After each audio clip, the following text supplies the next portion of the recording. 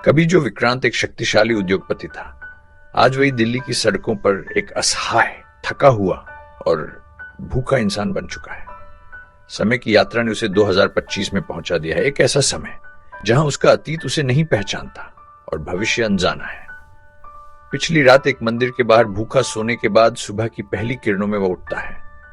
अपने अस्तित्व पर प्रश्न उठाते हुए वह अपने कपड़े झाड़ता है, पर अब उनमें कोई गरिमा नहीं बची। वह अपनी जेबें टटोलता है, खाली न पैसा, न पहचान, न उद्देश्य। सड़क किनारे एक चाय की दुकान पर वह चुपचाप बैठा चाय पीने वालों को देखता है। पास बैठा एक अधेड़ आदमी सिगरेट फूंकता हुआ कहता है, जिंदगी बहुत सस्ती हो गई है बाबा, बस जीने की कीमत भारी है। विक्रांत खुद से बुदबुदाता है, क्या यही जीवन है? वह जगह जगह काम ढूंढता है। कोई उसके मैले कपड़े देखकर भगाता है, कोई मजदूरी का सुझाव देता है। भूख और अपमान से टूटकर वह पार्क की बेंच पर बैठ जाता है। तभी एक एनजीओ वैन आती है जो बेसहारा लोगों को खाना और सहायता देती है।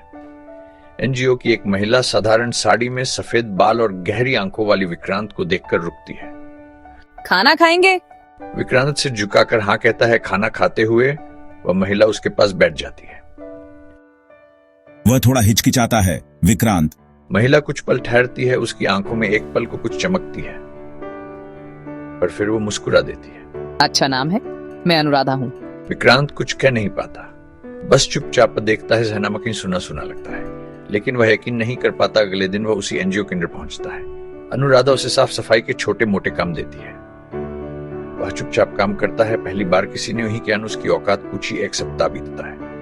विक्रांत अब रोज केंद्र आता है। झाड़ू लगाना, बर्तन धोना, बुजुर्गों को पानी देना धीरे धीरे उसकी आंखों में फिर से चमकाने लगती है। वो एक दिन पूछ बैठता है, आप इतने सालों से सेवा में हैं?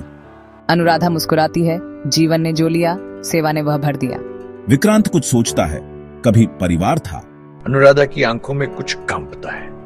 था, पर समय ने छीन लिया। एक दिन एक बुजुर्ग महिला केंद्र में आती है, काफी बीमार। अनुराधा उसे देखती है और तुरंत डॉक्टर बुलाती है। विक्रांत मदद करता है।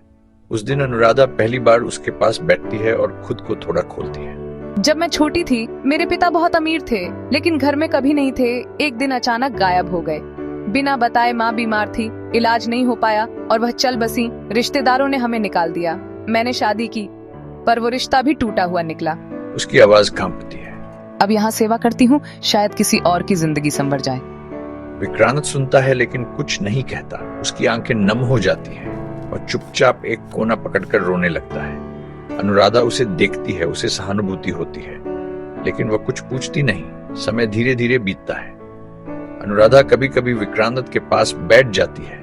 दोनों बिना ज्यादा बात किए एक दूसरे की मौजूदगी को महसूस करते हैं। एक दिन अनुराधा अकेले में कहती है, अगर मैं अपने पिता से फिर कभी मिलती तो शायद बस एक बात पूछती, क्या उन्हें कभी पछतावा हुआ? विक्रांत का गला भर आता है और अपनी पहचान छुपा लेता है। वह धीमे से कहता है, कभी कभी हम माफी पाने के काबिल नहीं होते, पर फिर भी हर रोज प्रायश्चित करते रहते हैं। अनुराधा उसे गौर से देखती है। कुछ पल को उसे लगता है जैसे यह अजनबी कुछ छुपा रहा है, पर फिर वह चुप रह जाती है। एक दिन विक्रांत सुनता है कि अनुराधा को कैंसर है। अंतिम चरण में वह किसी को नहीं बताती, बस पहले से ज्यादा थकी हुई दिखती है। विक्रांत उसकी सेवा में लग जाता है। दवाइयां, खाना, कपड़े, सब कुछ, लेकिन अब भी वह नहीं बताता कि वह कौन है। रात को मंदिर में जाकर फूट फूट कर रोता है।